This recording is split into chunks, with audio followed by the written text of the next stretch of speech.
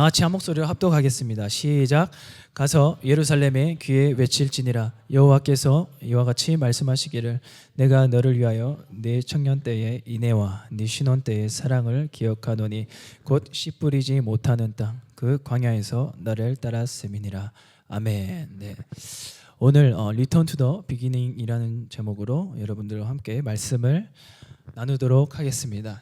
우리의 신앙생활에 있어서 항상 우리가 점검해봐야 되는 부분이 있어요. 항상 점검하며 가는 부분이 무엇이 있어야 되냐?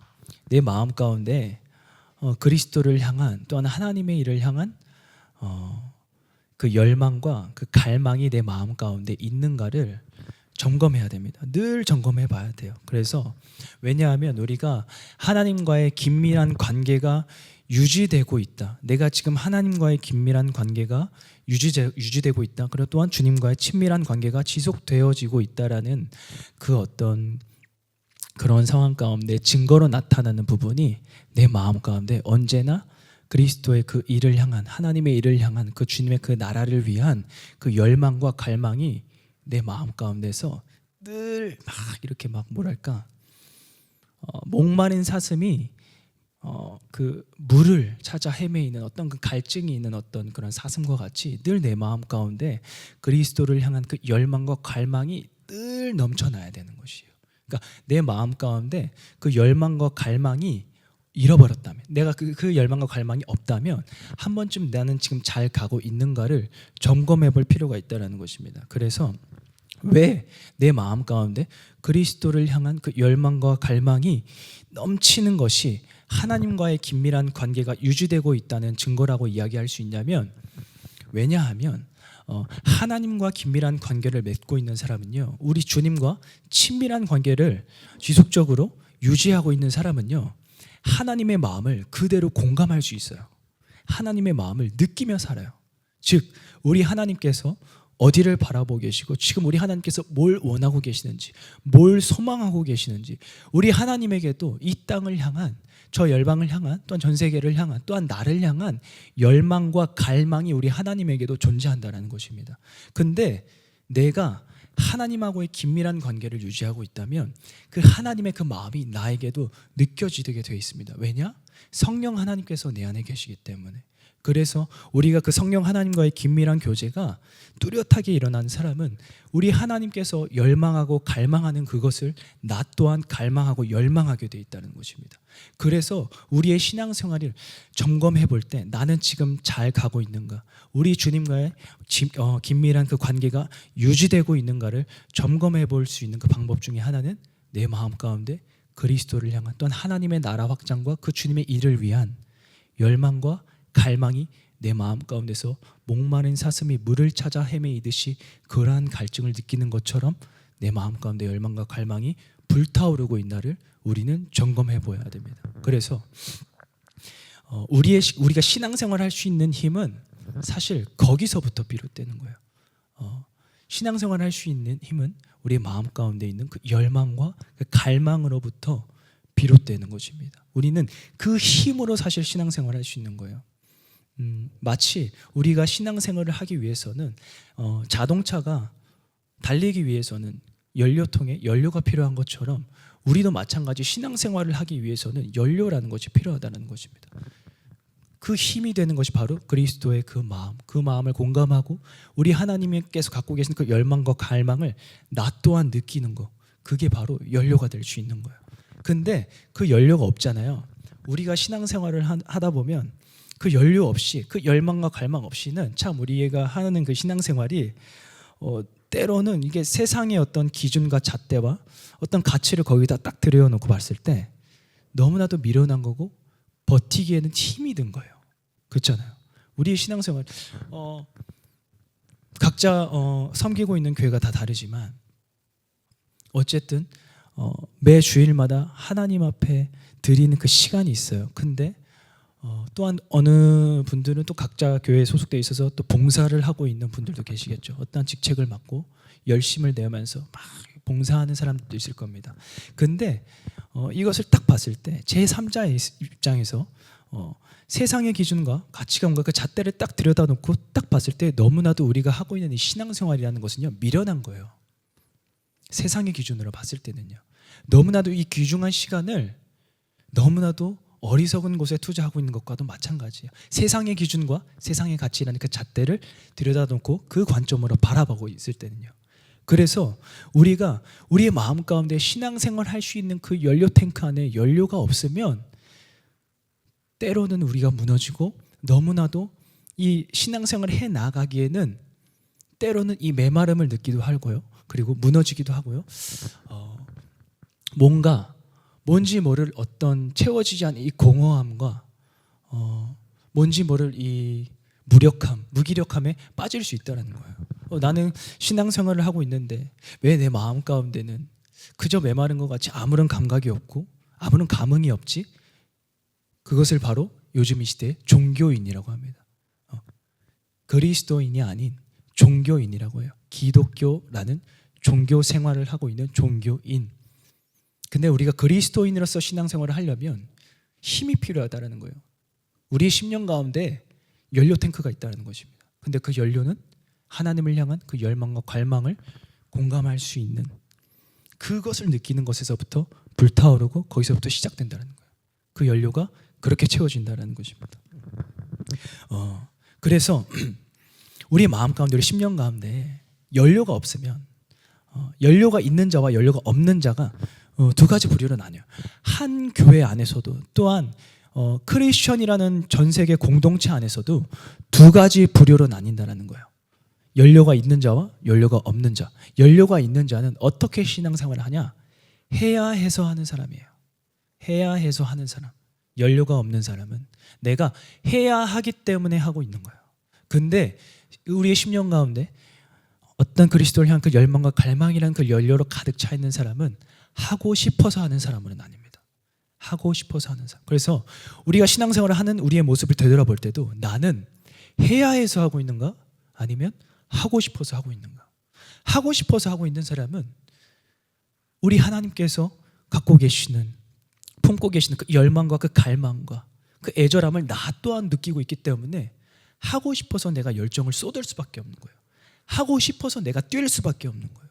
하고 싶어서 내가 예배할 수밖에 없는 것이고, 하고 싶어서 내가 봉사할 수밖에 없는 것입니다. 근데 우리 마음가운데 연료가 없으면 해야 해서 하게 되는 게 되는 거죠. 예배 드려야 되니까, 봉사해야 되니까, 섬겨야 되니까, 기도해야 되니까, 해야 되니까. 그 두 가지 부류는 확실히 다른 거라는 거예요. 그 두 가지는. 무슨 말인지 이해되시죠? 그래서 우리의 마음 가운데 우리의 심령의 연료 탱크 안에 연료가 가득 차 있는지 안 차 있는지 점검하며 가야 된다는 것입니다.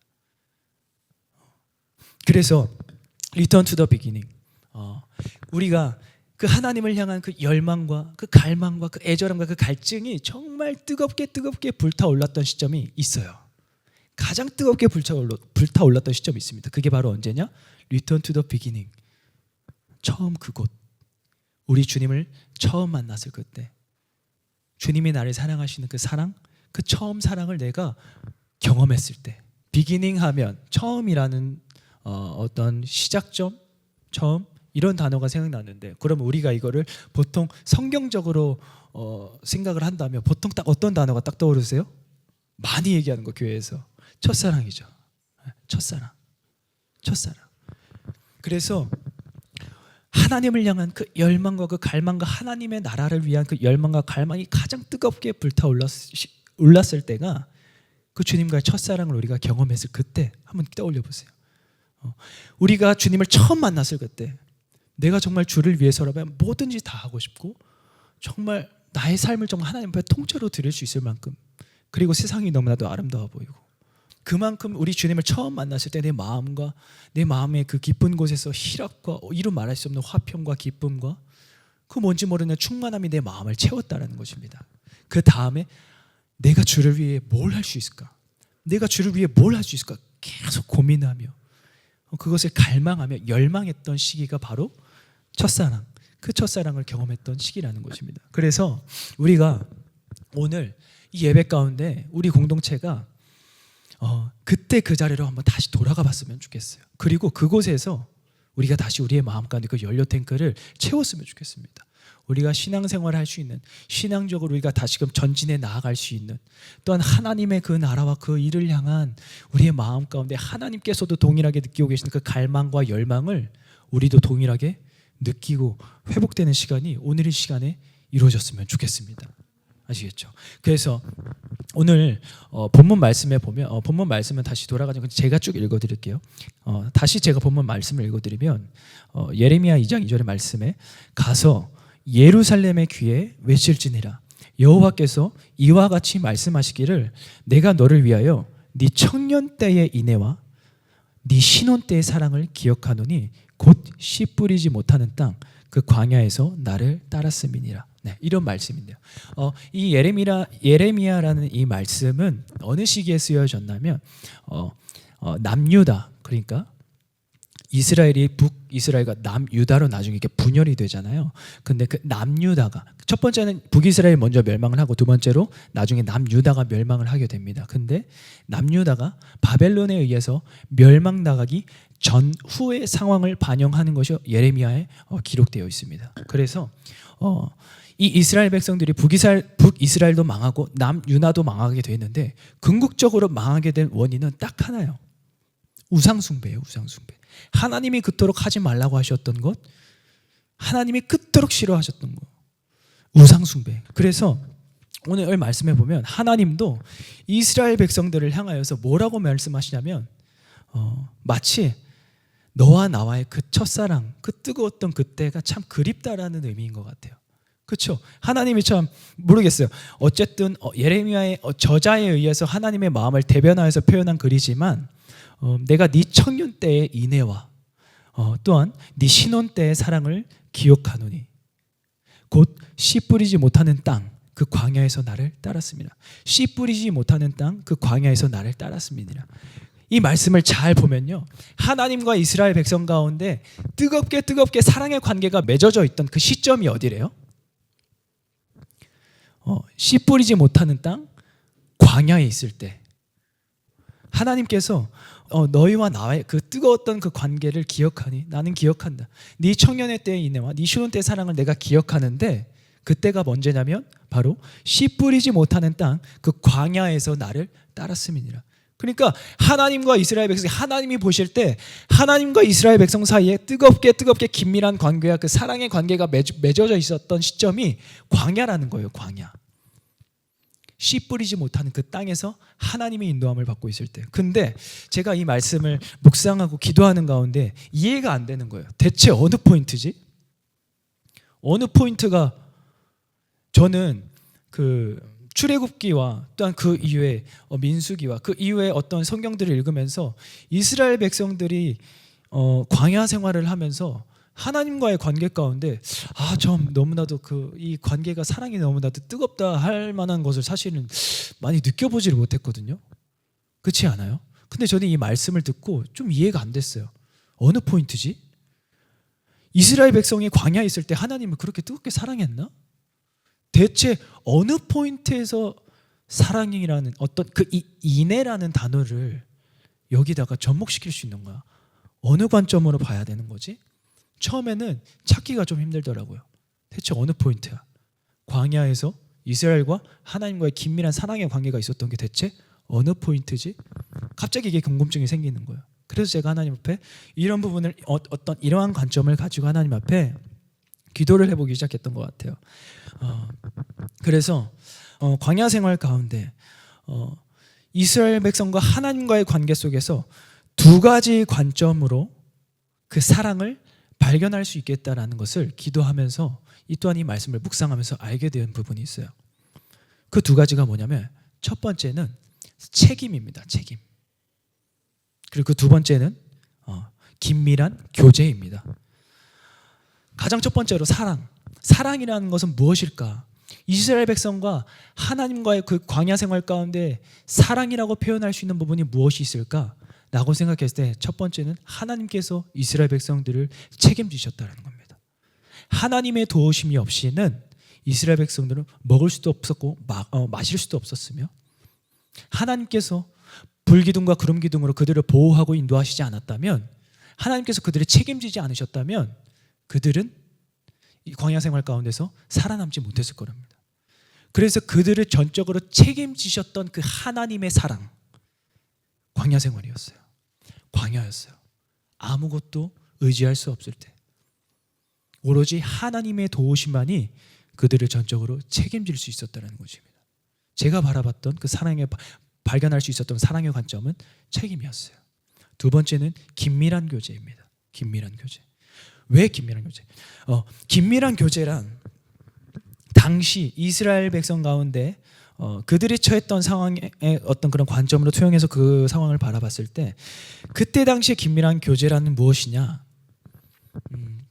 이스라엘 백성이 출애굽하고 나서 하나님의 전적인 인도하심과 하나님의 목소리와 하나님의 음성 외에는 이스라엘 백성은 그 어느 것하고도 교제할 만한 그런 상황과 환경이 없었어요. 오직 하나님하고 이스라엘 백성과 1:1 긴밀한 관계와 그 교제 가운데 있을 수 있었던 것이 오히려 광야였어요. 근데 나중에 후에 주께서 예배하신 그 땅, 가나안 땅으로 이스라엘 백성들이 인도하시는 가운데 또한 후에 이스라엘 백성 가운데 언제 점차 그들이 우상단지에 손을 대기 시작하냐? 가나안 땅에 들어가기 시작하면서 또한 이방 나라를 접하기 시작하면서 하나씩 그동안 접해보지 못했던 우상단지들을 접하기 시작합니다. 이스라엘 백성과 하나님은 광야 가운데서 가장 긴밀한 관계, 그 관계를 유지할 수 있었다는 것입니다. 그 어느 것도 그 관계를 깨놓을 수 없는, 개입할 수 없는 그런 요소들이 아무것도 없는 상태, 즉 광야에서 하나님과 이스라엘 백성들은 긴밀한 교제를 맺을 수 있었다는 것입니다. 그래서 사랑 안에는 책임이 따르고 또한 그 사랑 안에는 긴밀한 교제가 있습니다. 그 어느 것도 방해할 수 없는. 남녀가 사랑하는 가운데도 마찬가지잖아요. 남자와 여자가 사랑을 하는데 또한 부부가 되었어요. 그러면 제3자가 그 사랑에 개입을 할 수 있습니까?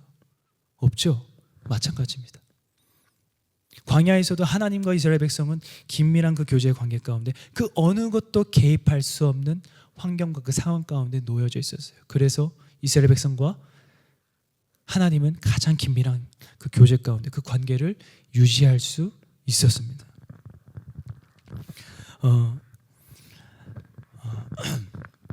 우리도 마찬가지인 것 같아요. 하나님과의 우리가 긴밀한 교제와 정말 그 사랑의 깊이가 깊어질 수 있는 것은 때로는 광야 같은 어떤 상황과 환경이 펼쳐져 있을 때,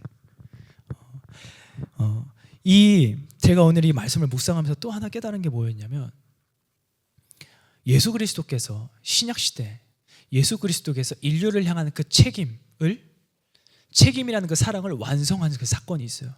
무슨 사건이죠? 십자가 사건이에요. 예수 그리스도께서 인류를 위해서 인류를 책임지시고 그 인류의 생명과 그 영혼의 그 생명을 완전히 책임지시는 그 사건이 십자가 사건으로 말미암아 이루어집니다. 근데 있잖아요, 신약 시대에 보면요, 어떤 말씀 구조가 등장하면 광야에서 모세가 무엇을 든 것 같이? 뱀을 든 것 같이. 광야에서 모세가 놋뱀을 든 것 같이 인자도 들려야 하리니. 광야에서 놋뱀이 들렸다는 거예요. 광야에서 예수 그리스도께서 우리 인류를 향하여서 우리의 영혼을 책임지시는, 단번에 책임지시는 그 사건이 십자가 사건이 일어나는데, 그 신약의 말씀 가운데 그 사랑의 완성을 예표로서 보여준 사건이 모세가 광야에서, 어디에서? 광야에서 놋뱀을 든 것 같이 예수 그리스도도 이 광야 같은 세상 가운데 놋뱀처럼 들려야, 인자가 들려야 우리가 산다고 성경은 말씀하고 있습니다. 즉 그 사랑의 그 책임, 그 완성되는 그곳이 바로 광야였다는 거예요. 광야. 그 광야라는 곳은 그래서 참 메리트 있는 곳이에요. 때로는 우리가 광야하면 너무나도 가기 싫고 힘이 들고 어떤 고난, 이런 측면으로 바라보는데, 그러나 나를 향하신 그리스도의 예수의 그 사랑이 완성되는, 또한 하나님과의 그 긴밀한 그 사랑의 그 관계 가운데 들어갈 수 있는 그 긴밀한 장소가 광야라는 거죠. 아무것도 의지할 수 없을 때, 내 힘으로는 안 될 때, 오직 하나님의 목소리가 그 음성만이 나를 인도하시는 그 유일한 길이 광야에 펼쳐져 있을 때, 그 광야가 하나님과 나와의 그 긴밀한 사랑의 깊은 관계로 들어갈 수 있는 기회라는 거죠. 그 장소라는 것이요. 그래서 우리의 첫사랑의 시작점이 십자가 사랑이었다면, 어찌 보면 그 십자가도 광야 같은 그런 상황 가운데 그 십자가가 세워졌다는 것입니다. 모세가 광야에서 노뱀을 든 것 같이 인자도 들렸거든요. 우리 주님께서 언제나 나를 향하여서 기다리고 계시고 부르시고 계시는데, 하나님께서 나를 향하시는 그 사랑의 깊이는 한없이 끝없이 기다리시는 사랑이고 부르시는 사랑이고 또한 참아주시는 사랑이에요. 근데 우리 하나님께서 나를 기다리고 계시는 그곳이 광야라면, 나와의 그 첫사랑을 회고하고 그때를 기억하며 그 자리에서 기다리고 계시는 그 하나님이 광야에서 기다리고 계시다면 여러분들 가시겠습니까? 광야에서 부르고 계시다면, 너와 나와 가장 뜨거웠던 그때, 그 광야, 하나님께서 이스라엘 백성들을 향하여서 너와 나와 가장 뜨거웠던 관계 가운데 있었던 그 광야, 그때를 회고하고 계시며 그때를 회상하고 계시며 그때를 기억하고 계시며 부르고 계시는 그 장소가 광야라면 여러분들 가겠습니까?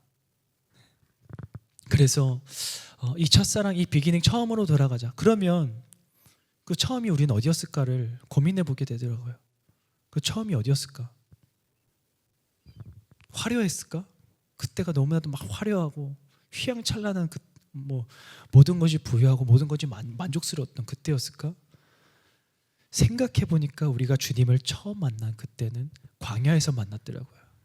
주님의 그 뜨거웠던 그 첫사랑을 경험했던 그때는 광야였더라고요. 나를 책임지신다 말씀하셨던 그때는 광야였더라고요. 왜냐?